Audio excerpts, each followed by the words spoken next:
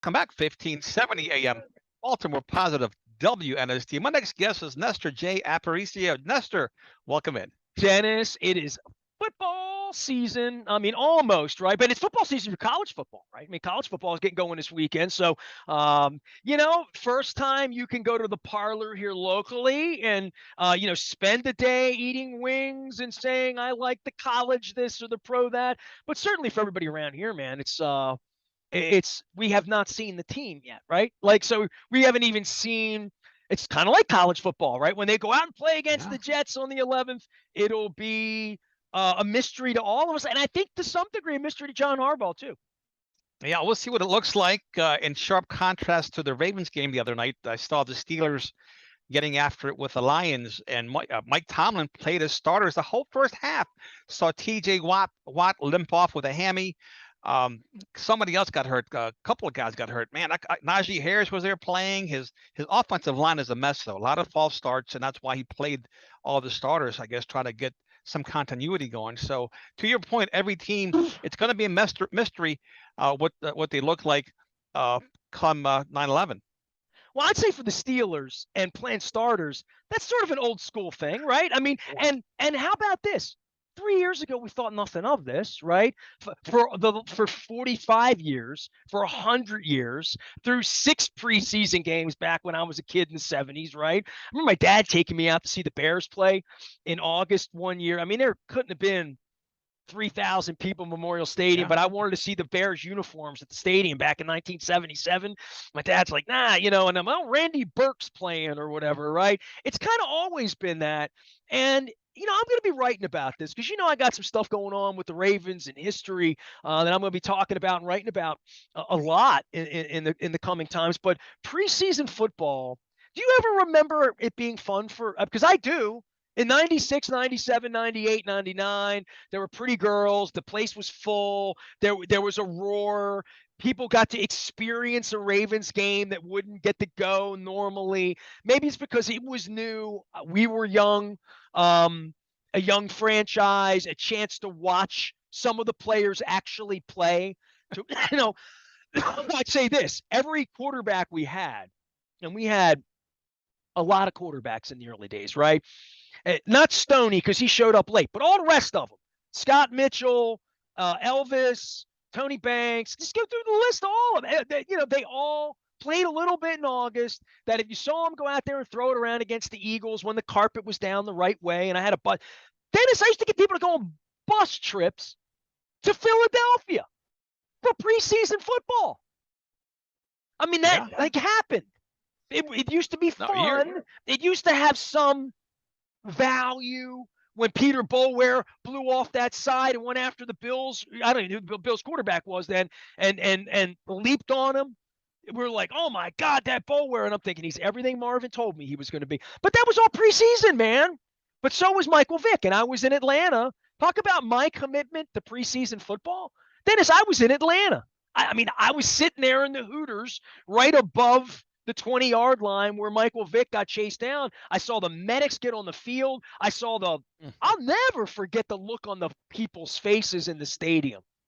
Oh, they were shocked when Adelius Thomas caught him from behind. I remember that moment well. So does everybody else. But you're talking about a town in Baltimore, Nestor, that supported the Baltimore Stars, right? Jim Mora and the USFL, the Baltimore Stallions, Canadian football. So we have supported through the years preseason football at its best. I would say. Well, I laugh about that because I've had a couple of experiences. You just said a few things that triggered me. I had Carl Anderton on. He's a Republican Wycomico County delegate. And he's a fan of Baltimore Positive. You'll probably listen to this before it's all over with, right? But he's a guy who loved the Stallions and followed them as the Alouettes. Mm-hmm. Like Eastern Shore guy, just kind of fell in love with the Stallions in some way. He was of that age and caught on to Canadian football and liked it. Likes the Ravens too, and you like it, all of that. But and then I also had a guy come up to me. I was at the governor had a thing. Governor Hogan had a thing. It's secrets. I think this happened in Fager's Island though, but it's Ocean City. It all runs together. But a guy came up to me and said, "Hey man, I was on your bus trip to the Eagles in Philadelphia," and I'm like, we only played up there a couple times. So it's either the Terrell Owens game, right? I had somebody come up to me and mention that to me a couple months ago. There was a game more recently, and then there were a couple preseason games where the one where the carpet came up. I was Yeah. not on that bus, but we did run a bus trip that night. Fiasco, obviously, right? That was a preseason thing that happened right after the Super Bowl. There was a Hard Knocks episode, right? So it was an And 01. they called that game, did they not? They didn't play Yeah, they that didn't night. play it. They didn't play that game at the Vet, right? But also, they played nine. It was the Boulware era, 97, 98. They played up and back, and they played the Jets and the Giants because it was easy and it was cheap, and like all of that. It was preseason. It was a way to work out kinks. You didn't want anybody to get hurt, but they still played. This guy came up and said he was on that bus trip. I'm like, oh man, like we ran preseason buses for Yeah. these games that were successful and memorable and affordable and but more than that, desirable, right? People wanted to go. I'm trying to figure out why they do it, because as we sit here right now, we really don't know anything about our football team, right? Like really. No, not at all. And I grew up in Baltimore City, Moravia, Sinclair Lane area, Eastridge Apartments. So as a kid, had someone given me a preseason ticket, I would have taken it. Absolutely. So then we moved to Essex back in 1978, and it was a whole different uh, look and vibe, etc. But still, even back then, had someone given me a preseason ticket, I would have gone. I would have taken my friends and gone. And I think that's what really preseason has evolved to these days, is that they're giveaways. They're for folks that don't attend regular season games, unless you But have they that don't one. even go though. It would be something if they really got 50,000 of the, because for a little while they did get 50, and then they got 30, and then they get 20, and now I mean that's what it's been. And you and I have both been PSL holders in buying this and buying the experience and wanting to be in on it. I'm just trying to figure out. You've had to innovate Coons Ford, right? I've had to innovate WNST 3.0 into Baltimore Positive, 31 years into this, eating crab cakes and not gaining weight. I don't know where that evolution is for them for the sport, but it is fascinating that Mike Tomlin still treats it the way he treated it in 09, 10, 11, like every other year. I'm sure he's saying, we need to get better, boys. We got to get tougher. We got to get better. Let's go kick the hell out of their second team. That'll let you know you're ready. I'll know you're ready. I can hear it in his voice. I also know what the Rams are doing and what the Ravens have been through, and where John has come full circle on this to how he's treated it, right? And I don't know what the future of all of it is, but I do know this. It's really weird for us as a fan base to not have any. I mean, Luke's gone out to these practices every day and sweating, and we're watching this nonsense that they put uniforms on and bust the commanders or whatever they call themselves up here, and they run around. And I don't know. Okay, Isaiah Likely. All right, so we got a star. We got, Star is more great. But I don't know, other than that, we've seen the real football team in any capacity. And in your case, the Steelers feel like they have seen it and maybe too much. And now it's on Tomlin that he's too old school about this, that he shouldn't be getting TJ Watt banged up in August. Well, I'll tell you how I came about watching the game. I put it on, turned the sound down because I on my laptop I was going to watch the Ravens Saturday night game against um, the Commanders, and so it's on my NFL Game Pass. I guess now it's called NFL Plus.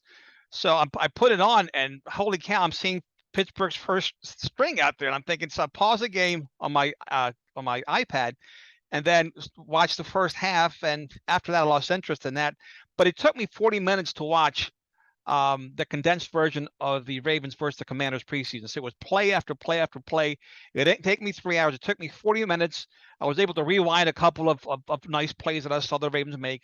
But that was about it, Nestor. I mean, in 40 minutes, I was able to watch a complete football game. So I think as we get older, our time is more valuable. We reclaim it. We look for ways to reclaim our time and not spend the entire day watching a 3-hour show. It's amazing. Andrew Brandt, who there's nobody people always ask me, where's the best crab cake? Or people never ask me, who's the best guy to follow on Twitter, right? Or, where do you learn the most about football? What keeps you educated about government or politics or travel or rock bands or whatever?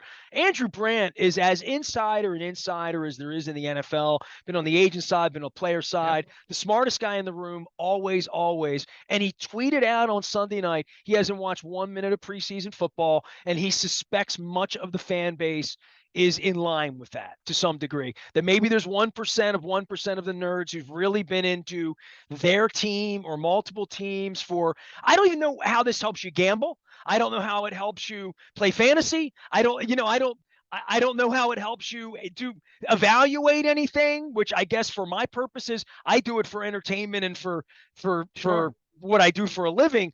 But for all the other reasons you would love football or want to be involved in football, you could be the Notre Dame team this week and just roll your team out, because that's essentially what the Ravens are going to be doing. By the way, a little bit too much Joe Flacco the other day. Did you see that little noodle he threw out in the flat for a pick? Oh, did not see it. Didn't see it. Oh, Flacco threw a little pick six. By the way, the weirdest thing is he looks slower. Okay, I'm gonna say this. I can't imagine him looking slower. But go ahead. No. I'm going to say this, and you're going to go watch it. You can just watch it on Twitter. Go to Warren Sharp, because he like pooped on Flacco. Yeah. He just put Joe Flacco or whatever, right? He loves the Ravens, though. Flacco rolls right at about the 25, 30-yard line. Nothing to happen. I think he's trying to dirt the ball. But as he's rolling out, and as he's wearing number 19. Mm. So you see Flacco sort of rolling out, and he goes to throw, and it sort of looks like 19 in the Chargers jersey back in 73, 74. Oh, He okay. hits the Giants guy in the hand. Next thing you know, they're dancing, and Joe's walking off the sideline saying to himself, I've made $200 million doing this. I'm a Super Bowl MVP. It's August. He'll have amnesia about it, but it was ugly. I mean, it was a planking moment. It was one of those moments for Joe. Sure. But it's a preseason. So again, if he throws 3 touchdowns and they rush for 182 yards, and the Ravens don't have their outside linebackers together, and Ronnie Stanley's not on the field, and Lamar's not much, and they can't get a running game going, and they got their passing game, and, they miss a field goal, or the GOAT, if these things happen and somehow the Jets win 19-17, the Joe Flacco August. That's why the preseason doesn't mean anything. I can sit here and beat up on Joe Flacco and say he stunk the other day, threw a bad pass or whatever. That's not who wakes up the morning of September 11th at the Meadowlands. I don't believe that. Yeah, no question about enough. Now, for me, Nestor, I'm watching Tyler Linderbaum the other night.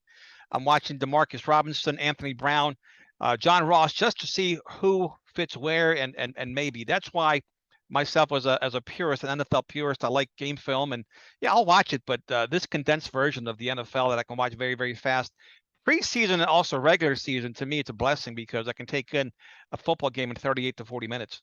Well, and I love me a Sunday. I love me a Sunday on the couch with wings and a beer and my fingers on Twitter. I didn't hate the plague in that way. I hated going to empty stadiums. I hated no locker rooms. I hate no press conferences. I hate the loss of the human touch of being around players after spending all of my life chronicling Baltimore sports and athletes. But there is something about watching the day unfold and games unfold. And again, if I were a wagerer and I had action, or if I were a fantasy football player and I cared about the New Orleans kicker because he was, or the Steelers quarterback, or if I cared about some tight end catching touchdowns or racking up yardage around the league, man, the Game Pass Red Zone, turning a man cave into small boxes and your own little experience and watching games, and what the Apple TV and the Amazon this and the Fire Stick that and the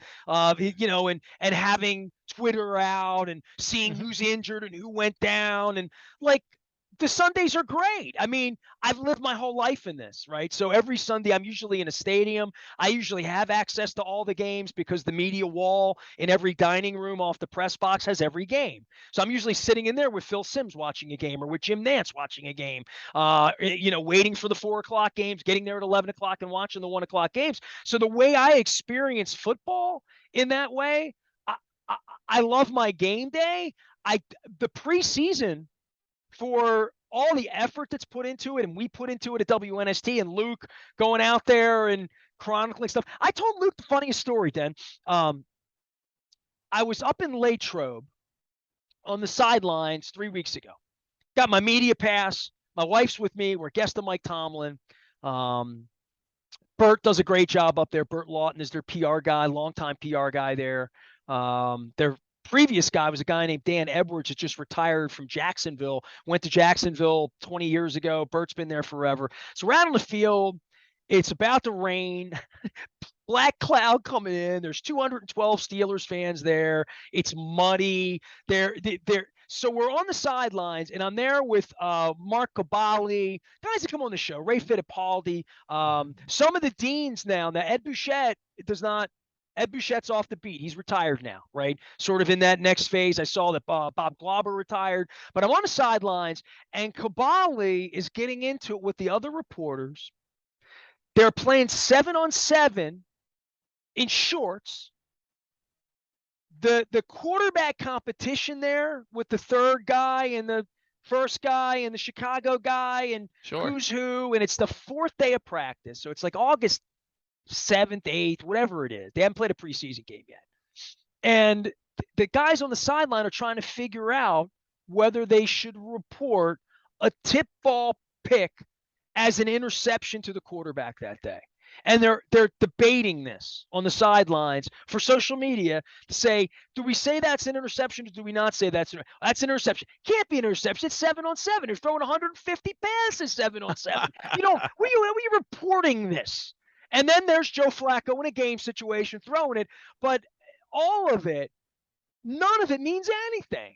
But the Isaiah Likely thing, that's the big story here, right? I mean, of all the Lindenbaum getting on the field, I'll hear that. We'll see how he plays on September 11th, right? He's going to play. The fact that he got out there and ran around, how well he plays, under fire, under center, on game day at the Meadowlands will tell a lot, right? And how healthy he is. Ronnie Stanley will figure all that out. But, for me, with this whole getting ready for the season and where they're going to be, Likely's the only thing I've seen. We got a great kicker.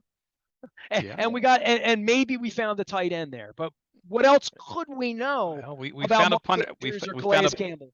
Yeah, right? We found a punter too that can replace Sam Cook adequately so far. Hey, how about that Buffalo situation? Huh? Yeah, the kid they called the punt god in college. Now I know why the Ravens stayed away from him. I couldn't figure out why they took Jordan Stout over him, but now I know. I mean, there was some smoke there apparently at the combine, and now it's all come out. And give the Bills credit, they cut it loose. But how can the Bills not know that? Well, they knew. I think every NFL team knew. Yeah, and that would be just like the Patriots knew when they got Hernandez. They knew what they were getting. How could Bill Belichick not know? They knew. Everybody knew. Everybody said this was a bad guy. Now, did they know that he was a serial killer bad guy? I don't know about that, but they knew this was a bad guy, a guy you did not want in your locker room. Yeah, a lot of times teams know, and they still. I don't understand why they take a shot. I don't know. I don't get it. Because they want to win. Yeah, but not that one guy, a punter, is not going to make that big of a difference. He just isn't. Well, I mean, where I am with the team right now, the outside linebacker situation, the offensive line situation, certainly the wide receivers, and not Lamar, but what goes on around Lamar to make Lamar successful. I mean, you can give the kid $100 million a year. You give him whatever you want. If what made him successful was Marshall Yanda, Orlando Brown, Ronnie Stanley, Mark Ingram, Big Truss. Remember Big Truss? Absolutely. I mean, a young Mark Andrews, some wide receivers to spice it up a little bit. I don't, as we go to post here on September 11th and play the Jets, who's on the field and what are they doing that's spectacular to allow them to be in 2nd and 2 and 2nd and 3 all day long? That's the game. That's what they play. Doesn't matter who runs the rock, whether it's Big Truss or, somebody's got to get 7 yards on first down or 8 yards of somebody, somehow, some way, in order for this to really work. And I've watched it work and I've watched it not work. When it doesn't work? 2nd and 10, 2nd and 12. That's when things get bad. That's when it stops working. Well, that's why first down is so critical in the NFL. If you can manage first down and gain 5, 7, 8 yards, you'll have a lot better game. It's like being ahead in a pitch count in the baseball game, getting ahead, staying ahead. Well, managing first down. 2019 was like freakish, right? I mean, weren't you It sitting there was. watching these games? I'm sitting Oh, out there in the LA Memorial Coliseum, my belly all full of Korean barbecue and all the beautiful things that Hollywood would bring. I'm up on the roof watching the sunset, and it's 2nd and 1, 1st and 10, 2nd and 2, 1st and 10, touchdown. yeah. Play actions works real well in 2nd and 1, right? 2nd and 2. That's what it sets up. And that was a magical year. That was a year you mentioned the offensive line. They had an abundance of health, and last year they did not. They had an abundance of injuries. So hopefully this year they'll rebound, and I like to see more balance in this offense. And I think if we don't see more balance in this offense, you risk having a disgruntled quarterback at the end of the year. I think he wants to pass more. I think he wants to see a pro style offense, and I think that That's an interesting observation. I, So I, you think against the Jets there will be a different kind of balance ratio in the pass run game? yeah, I do. Greg Roman's on the hot seat, just like Wink was on the hot seat last year. And if we see more of the same this year with the same result, whether it's not making the playoffs or one and done in the playoffs, I do think we'll have a different coordinator next year. So you think Uh, they can have success with Lamar throwing 30 plus times a game? I do. I really do. They had success in college. Bobby Petrino ran a pro style offense in college, going up against Clemson and other big time programs. I don't see any reason why they can't do the same thing with Lamar Jackson at the pro level. Yeah, But protection and weapons protection and him. weapons. Sure. I mean, now you're saying he can make the throws and wide receivers are going to get open and whatever's going to get schemed up with the tight ends and the Nick Boyles and the blocking game is going to matriculate the ball down the field, as you'd say, right? They can't Joe Flacco him. They can't give him the big contract, not the weapons, not the toys. They can't give him veteran wide receivers, free agents that are on the south side of their career. They got to give him weapons if they give him the money. They go. You got to surround your franchise. What's a quarterback weapon with to him? weapons. What's a weapon to him? Is that Hollywood Brown or is that the wide receiver? Look, an AJ Brown, a DeAndre Hopkins, Michael Thomas, Devontae Adams. They have to hit, the third string wide receiver from the Pittsburgh Steelers. I saw Miles Boykin making plays. Again, is it the player or the system? I got my eye on Miles this year. I want to see what he does in Pittsburgh's pro style offense versus the Ravens run heavy offense. I'm keeping a close eye on that one. Can he develop? Well, I mean, developing there is as a 3 that catches 56 balls is pretty good. It is pretty good. You know what I mean? We know he's a hell of a blocker, right? So that's going to help Najee Harris in that running game.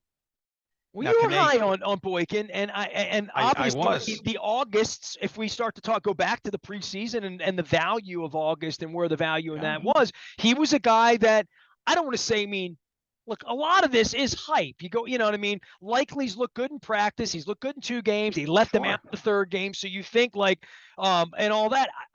Right now, if you go down to the casino and you say, is he going to catch 40 balls? He going to catch 60 balls? Is he going to play 60% of the snaps? How often are they going to be in 12? Personnel-wise, how often do they want to empty the backfield?